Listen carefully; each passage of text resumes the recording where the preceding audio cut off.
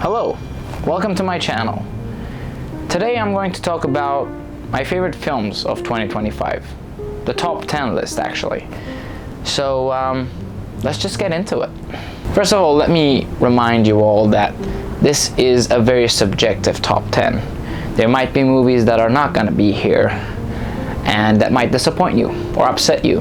But I had to choose 10 from probably thousands that were released in 2025, so it is a bit tricky to find favorites, and for me those were the 10 that I found it very compelling, very interesting, and very captivating to watch. Before we get into it, Sinners is not in my top 10. Now, this might be a very controversial take, but I didn't think Sinners deserved to be on my top 10 list, and frankly I thought it was just an average movie, and this would upset a lot of people because Sinners was in every single top 10 list that I've seen, critics based, audience based. I mean, come on, the movie had 16 Oscar nominations, which was a record. But again, for me, it didn't really hit the mark for me, and it's not gonna be in there, I'm sorry. Before I get into my top 10 list, my actual one, I want to do a couple of honorable mentions because I think these movies deserved some sort of recognition. And in that list, I would definitely have to put It Was Just an Accident, Ballerina, Hamnet. Hamnet is literally 11th place on my list, which didn't make it, but I loved Hamnet. I loved the Shakespearean story, and it was crazy to me that it didn't make the top 10, but definitely a great honorable mention here. Sentimental Value was good. Mickey 17 was another great one that I wanted to mention. Novocaine was good. Companion. I mean, those movies had very interesting plots and characters that I would like to mention them before getting into my top 10. There are some movies where I haven't seen as well that might not appear on this list. I mean, I haven't seen The Secret Agent, I haven't seen The Life of Chuck, I haven't seen The Phoenician Scheme. These were some of the movies that I saw in top 10 lists and best movies lists. Frankenstein, I haven't seen Frankenstein as well. Look, again, these are the movies that I've seen, and again, very subjective. So let's get into it, and we're gonna start with number 10. Number 10 pick for me is definitely going to be Begonia. Now, Begonia is a very captivating film from start to finish. From the beginning, you have those, delusional thoughts, and you want to know what is going to happen in the next scene. It's very, very interesting. It's about two conspiracy theorists who try to kidnap a CEO of a company, a very powerful company, because they think that she is an alien and she's here to destroy the earth. It encapsulates the drama, the tension, the dilemma between those characters, and you're wondering whether or not they might be right or they're just delusional. And that dilemma never gets fixed until the right at the end. So I feel like this movie it gives you ability to think and react and wonder, what makes it a good movie. It's all there. The themes, the relationship between the characters. I mean, this movie is phenomenal. You definitely need to check this out. Number 9 is Roofman. Now, I know this is an underrated pick, and I haven't seen a lot of lists that included this film, but for me, I think Roofman was really, really entertaining. It was a fresh take of filmmaking for me because looking at it, it's a very simple drama, yet it's so unique and powerful. It tells the story of real life. It's based on a true story. A real life robber called Jeffrey Manchester, and he robs McDonald's for a living, and that's something that he likes to do. And one day he gets caught, and he tries to hide in Toys R Us store, and he needs to cover his identity. It's a very good sort of detective kind of story where you want to know what will happen to this guy at the end. And Channing Tatum, I mean, look, whatever you want to say about the guy, he plays Jeffrey Manchester so well, and I think the chemistry between him and Kirsten Dunst is incredible. The story goes pretty well, the pacing has no problems, the characters are very interesting. I think it's memorable. It is going to be memorable and rewatchable as well. It has that rewatchable factor. So I'm definitely going to check this out again, and it takes the number 9 spot from me. Next up, number 8 is Bring Her Back. Look, this movie had a lot of things in it, and most of the time I was glued on my screen and I was saying, what the hell is going on?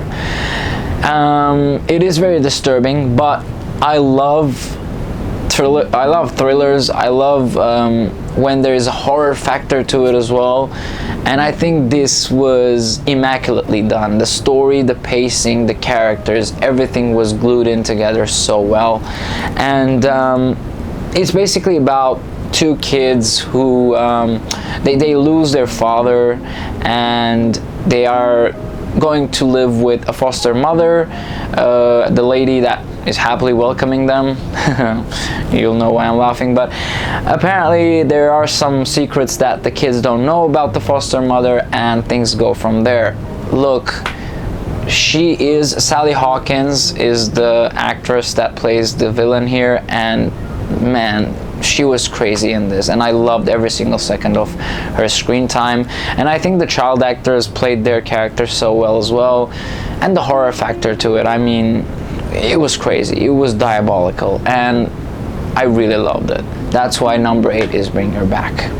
Number 7 is an international movie called No Other Choice. And this movie, my god, this was a crazy run for me as well. It was drama, but there is dark comedy in it, and there's a tragedy in it as well. And that's what I love about movies, is when they blend in genres so well. Look, No Other Choice was about a man who gets laid off of a job. He gets fired of a paper company who he has been working for them since, I don't know, like 25 years ago. And then you can see how this man goes into madness and literally commits violence just to get his job back, just to get some sort of a managerial job back. And look, as much as I want to say this is fiction, there are some things in that character, the lead character, which I feel so amazed by, as you can see how the madness is taking over him and how he's trying to provide for his family, but at the same time he is a criminal. So you're in that moral middle part of the morality that you don't know if this guy is doing the right thing for the right purposes or the wrong thing for the wrong purposes. There's always that dilemma, there's always that thought, which I really loved about this movie. It is South Korean, and for me, South Korean cinema holds a very special place in my heart. I mean, I'm a crazy old boy fan and Memories of Murder guy. Look, crime and, you know, this sort of edgy, tension-based films, South Korean films, I really love. And this movie had everything. Definitely check it out.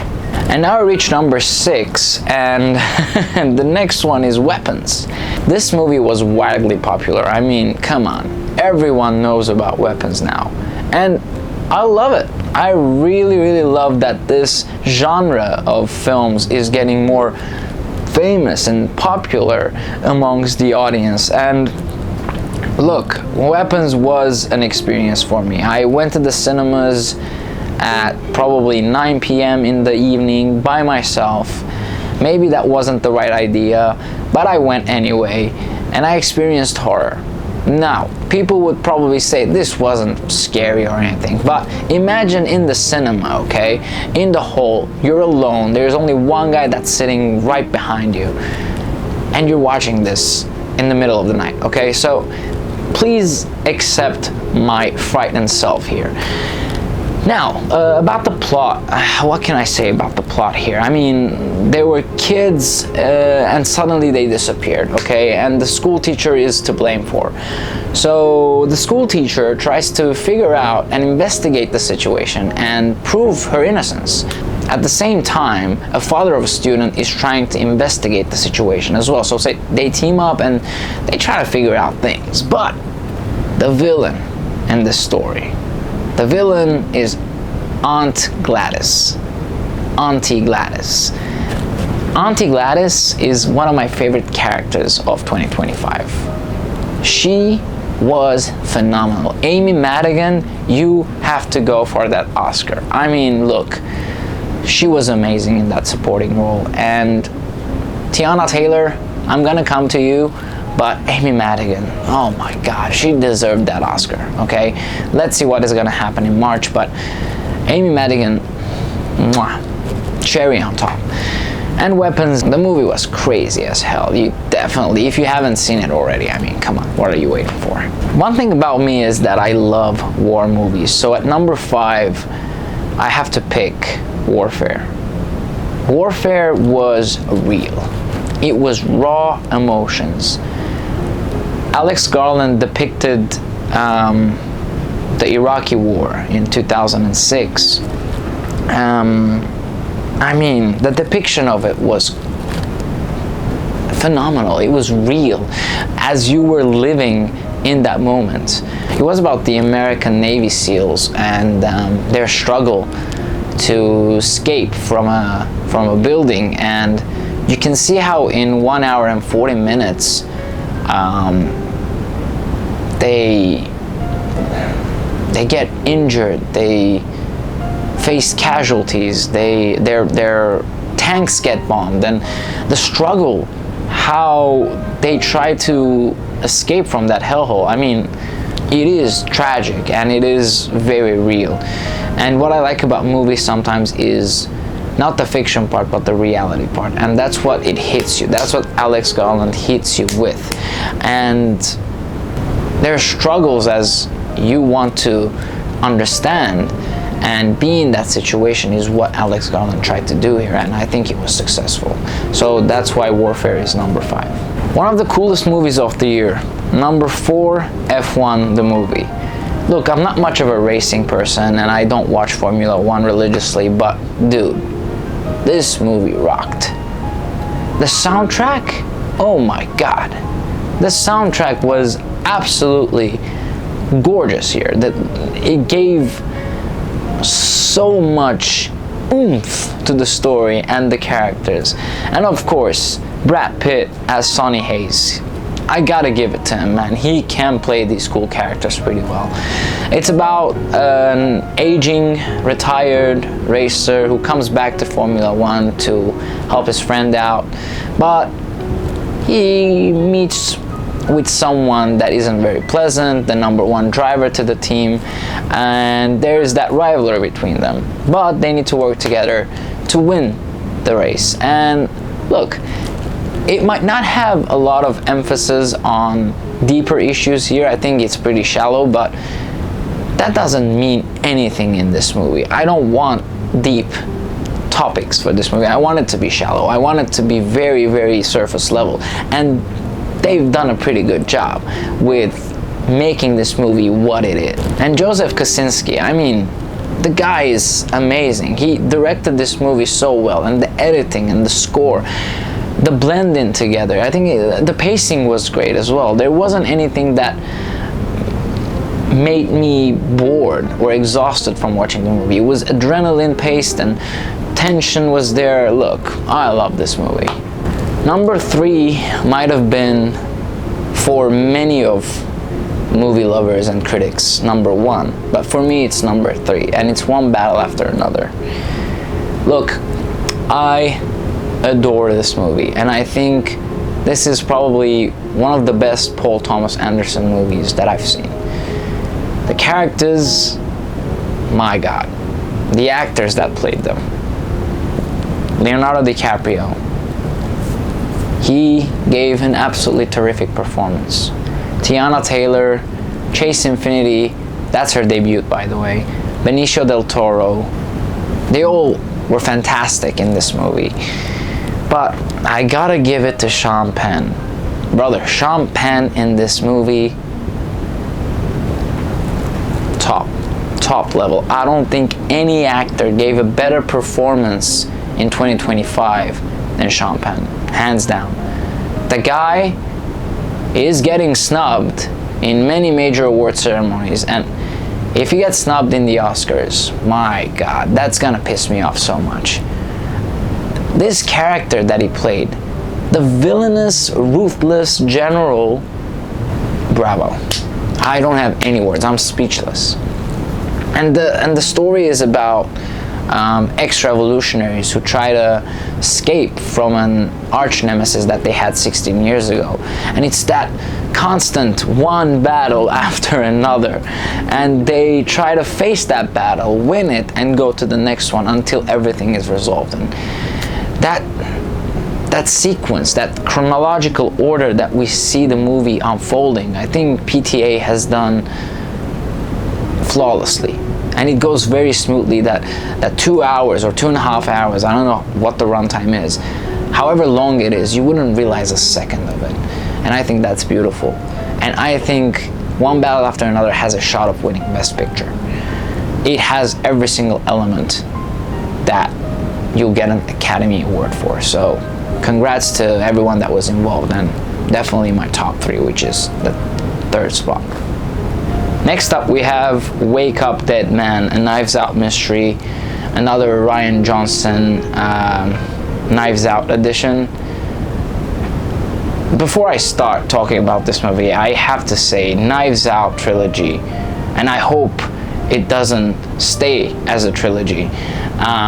It's one of my favorite trilogies of all time. I feel like every single movie had its flavor, and Knives Out, the first one, it's probably one of my favorites of all time. But this one really hit the mark with something that I was excited about, and Rian Johnson delivered it. I love whodunit movies, and I think this one particularly had every right thing with the whodunit movie, and I gotta give the director and the cast credit for that. I mean, just think about the cast here. Daniel Craig as Benoit Blanc is incredible again. We have new additions like Josh O'Connor, Josh Brolin, Glenn Close, Mila Kunis, Jeremy Renner, Kerry Washington. You know, this cast is immaculate. They're all A-listers, and the chemistry between them works so well. And the mystery of it all. I mean, we're here about the mystery, right? We need to know who were the suspects and who was the actual murderer. And the journey to figure it out. I mean, come on. I was looking at the screen for, centuries to find clues. And at the end, I was even mesmerized. Something that I didn't expect to happen, or maybe probably I did for a very short instance. It just happened, and the revelation of it was crazy. And that's why that mystique, that flavor was there, with the whodunit movie like this. And I think Rian Johnson did an incredible job figuring it out so flawlessly and so smoothly that I didn't have one single minute in the movie saying, oh my God, this is tedious. It never was. So that's why it's high up the ranks for me, and I'm pretty sure a lot of people would disagree with this take, and they wouldn't probably put Wake Up Dead Man in their top 10, but come on, this was fantastic. And the subtle elements there, the placement of such characters and inanimate objects, you gotta give it a go. This is fantastic. For a very long time, my number 1 pick wouldn't have been this movie. And it's crazy to me because I watched this movie pretty late. The release date here in Australia was January 22nd or 23rd. And I was thinking that this movie is definitely going to be in my top 10 because of all the reviews that I've seen on Letterboxd, on IMDb. But I didn't think that it's going to be number 1. And it did. It was Marty Supreme. I'm not a very big Timothée Chalamet guy. I have seen a couple of his movies and I don't really like them. This was his movie. And Movies about perfectionism, movies about character development, movies about fighting for your goals, fighting for your ambitions, is something that I absolutely adore. Josh Safdie, my God, what a director. I mean, for me, PTA's job was much harder, and I think he's definitely going to get the Oscar. But Josh Safdie, to direct a crazy, out of this world movie like that, I mean, my God, I don't have any words to say. This is something that I can only think about and enjoy, and he did that. He made me enjoy this movie. And Timothée Chalamet playing Marty Mauser, the infamous ping pong player, table tennis player, who does everything to achieve his goals, who does absolutely batshit crazy stuff. And what he does, would it actually be necessary, or would it just be for nothing? And I would let that question to be answered by you guys, because you definitely need to check this movie out. It's one of the best of the year, and for me, number one. And that's all, folks. Make sure to like and subscribe. This was my top 10. I'll see you guys next time.